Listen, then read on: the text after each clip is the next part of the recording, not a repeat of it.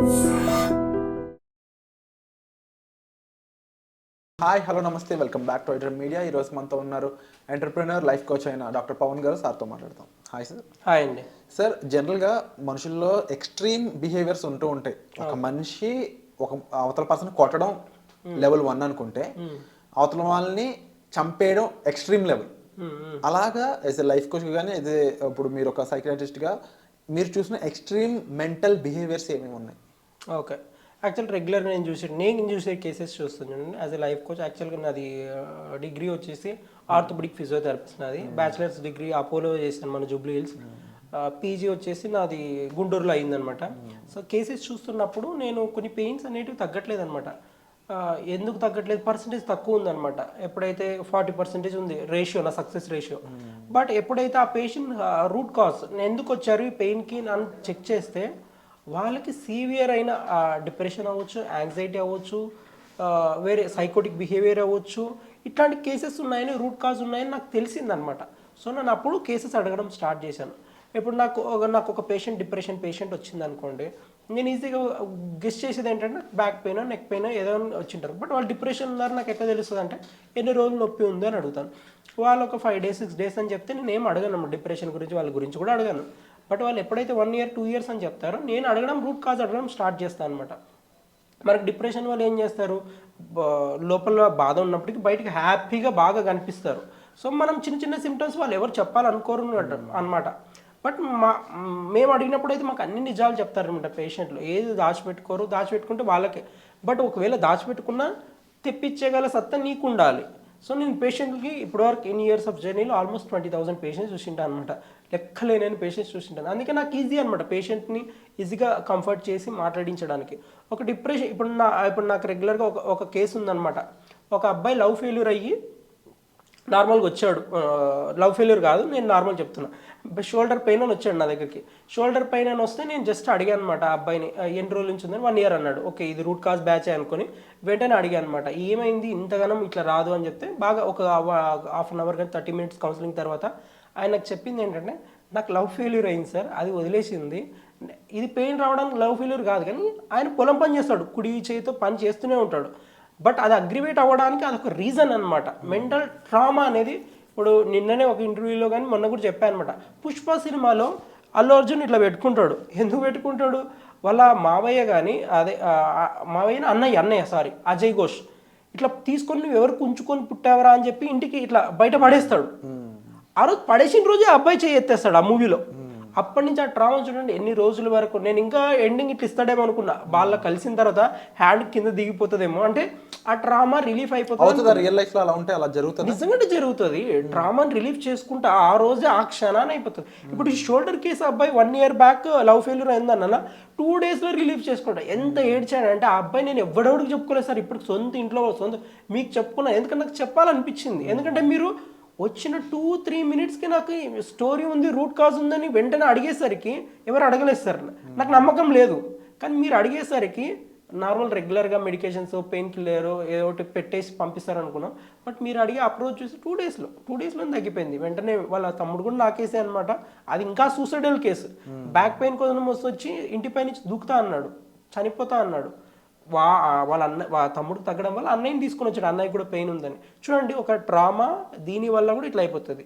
Next anxiety ఎట్లుంటుందంటే, మీరు లెక్క రాసిస్తాను చూడండి, రాత్రి పూట ఎవడెవడైతే లేట్ అయ్యే వరకు 3-4 అయినా నిద్ర రాని వాళ్ళందరూ యాంగ్జైటీ కేటగిరీ కిందే వస్తారు. యాంగ్జైటీ సిమ్టమ్స్ ఎట్లుంటాయంటే ఏమేమి ఉండవు అనమాట. మనకి చిన్న చిన్న సిమ్టమ్స్ ఇస్తుంటాయి అనమాట బాడీలో. గ్యాస్ట్రిక్ పట్టుకోవడము, హార్ట్ రేట్ విపరీతం కొట్టుకోవడము, లేకపోతే మీరేమనుకుంటారు బాడీ అంతా ఇచ్చింగ్ అనిపించడము, రెడ్నెస్ అనిపించడము, చిన్న చిన్నవే సిమ్టమ్స్. బట్ మనకి అవి ఎక్కడ అనిపిస్తుంది అంటే, ఎక్కువ ఓవర్ థింక్ చేస్తాం చూడండి. అరే నాకు ఇది వచ్చింటుందేమో, ఇదే పక్క. అప్పుడు మనం కరెక్ట్ డయాగ్నోజ్ అవ్వాలి, మనకి యాంగ్జైటీ డిజార్డర్ ఉంది. దీనికి ఎక్స్ట్రీమ్ నిజంగా హార్ట్ ప్రాబ్లం ఉండదు, బట్ నిజంగా హార్ట్ ప్రాబ్లం వస్తుంది. వేరే కిడ్నీ ప్రాబ్లం ఉండదు, స్టమక్ ప్రాబ్లం ఉండదు, కానీ నిజంగా స్టమక్ ప్రాబ్లం వస్తుంది. ఈ యాంగ్జైటీ ఉన్న వాళ్ళు చాలా డేంజర్ అనమాట.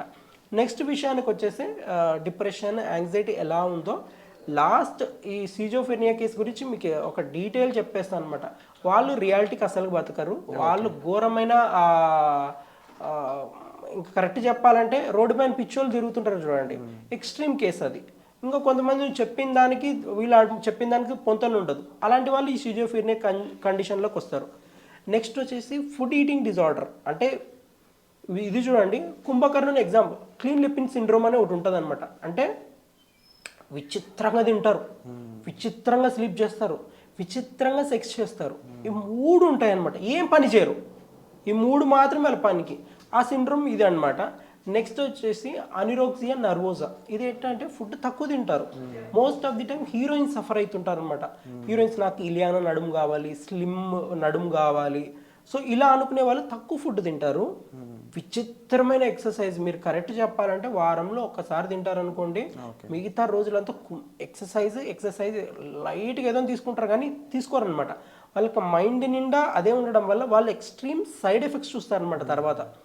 దానికి ఆపోజిటే బులిమియా నర్వోసా. బులిమియా నర్వోసా ఎట్లుంటుందంటే ఎక్కువ ఫుడ్ తీసుకుంటారు, ఆ ఎక్కువ ఫుడ్ తీసుకున్న బరువు తగ్గాలి అనే క్రమంలో రిపీటెడ్ యూరిన్ వెళ్తారు. అయ్యో యూరిన్కి వెళ్ళాం, బరువు తగ్గాం. నెక్స్ట్ వామిటింగ్ చేసేసుకుంటారు, వామిటింగ్ చేసుకున్నాం, బరువు తగ్గాం. నెక్స్ట్ వచ్చేసి షిట్కి వెళ్తారు, షిట్ రాకపోయినా షిట్కి వెళ్తారు, అంటే ఆ బరువు తగ్గింది అనుకుంటారు అనమాట, షిట్కి వెళ్ళి కూడా బరువు తగ్గింది అనుకుంటారు అనమాట. సో ఇలా ఉంటాయన్నమాట ఫుడ్ ఈటింగ్ డిజార్డర్స్. ఇంకా కొన్ని ఎట్లుంటాయంటే ఈ డిజార్డర్లకి ఇప్పుడు నేను చెప్పిన డిజార్డర్, డిప్రెషన్, యాంగ్జైటీ, సీజోఫెర్నియా, నెక్స్ట్ వచ్చేసి క్లీన్ లిపిన్ సిండ్రోమ్ కానీ లేకపోతే బులిమియా నర్వోసా, ఆండ్రోక్సిన్, వీటన్నిటికీ ఏంటంటే ప్రాపర్ ట్రీట్మెంట్ ఉందన్నమాట. త్వరగా చూయించుకుంటే early medications, cognitive behavioural therapy, art therapy కానీ ఎన్హాన్స్ థెరపీ కానీ ఇవన్నీ చేయించుకుంటే there will more chance of, అంటే ఎంత అంటే రికవరీ హై ఉంటుంది అనమాట. బట్ అందరు ఏం చేస్తారంటే లేట్ అయి వస్తారనమాట. ఇప్పుడు సోషల్ మీడియాలో ఇన్ఫ్లుయెన్సర్స్ ఉన్నారనుకుందాం, ఇన్ఫ్లుయెన్సర్స్ వ్యూస్ కోసం, లైక్స్ కోసం కొంతమంది ఎట్లున్నారంటే, ఇప్పుడు నా దగ్గరకు ఒక డాటర్ని ఒక ఇన్ఫ్లుయెన్సర్, మంచి ఇన్ఫ్లుయెన్సర్ ఇన్స్టాగ్రామ్లో వచ్చేది. ఇప్పుడు అల్గారిథం మారుతూ ఉంటుంది, ఇన్స్టాగ్రామ్ కానీ ఫేస్బుక్ కానీ అల్గారిథం ఎవ్రీ 6 మంత్స్కి కానీ మారుతూ ఉంటుంది. అదే కంటెంట్ చేస్తానంటే అది నడవదనమాట. మన కంటెంట్ ఏంటంటే వాయిస్ నువ్వు ఉంటావు, ఒక సాంగ్ యాడ్ చేసి ఇచ్చేసాము అని అనుకుంటే ఇది అవ్వదు. నా అమ్మాయి నా దగ్గరికి తీసుకొని వచ్చినప్పుడు, సరే ఈ అమ్మాయి ఎక్కువ నిద్రపోవట్లేదు ఇది అని అడిగారనమాట. ఆయన నా పేషెంట్ ముందు, నేను ఇప్పుడు ఏ కేసెస్ లైఫ్ కోచ్ చూస్తున్నాను తీసుకొని వచ్చాడు. ఆమె చూస్తే ఆమె ఫొటోస్లో చాలా బాగుంటుంది, కానీ దగ్గరకు వచ్చి చూస్తే కింద క్యారీ బ్యాగ్స్ ఉన్నాయి, ఆమె కంటెంట్ ఇంత బ్లాక్. తీరా చూస్తే అడిగితే ఏమైందమ్మా, జస్ట్ వాళ్ళ పేరెంట్స్ బయటకు పంపించి అడిగితే ఆమె చెప్పింది ఒకటే అనమాట, లైక్స్ వస్తలేవు సార్, వ్యూస్ వస్తలేవు, ఫాలోవర్స్ వస్తలేవు. ఆమె చాలా చిన్న ఏజ్, బట్ ఈ ఇన్ఫ్లుయెన్సింగ్ అనే మార్కెట్ దీంట్లో పడి ఆమె లైఫ్ని ఖరాబ్ చేసుకుంటుంది అనమాట. అవన్నీ తాత్కాలికమే. మనం ఫోన్కి దూరం పెట్టి ఎక్కువ సార్లు ప్రపంచానికి, అంటే రియాలిటీలో బతకడానికి ట్రై చేయాలి. వాడు నేను వద్దంటే లేను, అది నీకు బ్రెడ్, ఫుడ్, బటర్ అన్నీ ఇచ్చి నీ బిజినెస్ కానీ నీ వర్క్ ప్లేస్ కానీ ముందు తీసుకెళ్తుందంటే ఏం కాదనమాట. అడిక్షన్ అనేది మంచిది కాదనమాట. ఈవెన్ కావాలంటే స్క్రీన్ లాక్ ఉంటుంది చూడండి, ఈ ఐస్ కూడా పెట్టుకోకూడదు అనమాట. చాలా అంటే తీసుకుంటే అట్లే చెప్పుకుంటూ పోతే అట్లే పోతుంది అనమాట. సో వీటన్నిటికీ there is a treatment, medications ఉంటుంది, ప్రాపర్ థెరపిస్ట్ని కానీ డాక్టర్స్ని కానీ కలవండి, రైట్ అప్రోచ్లో వెళ్ళండి, there will be more recovery.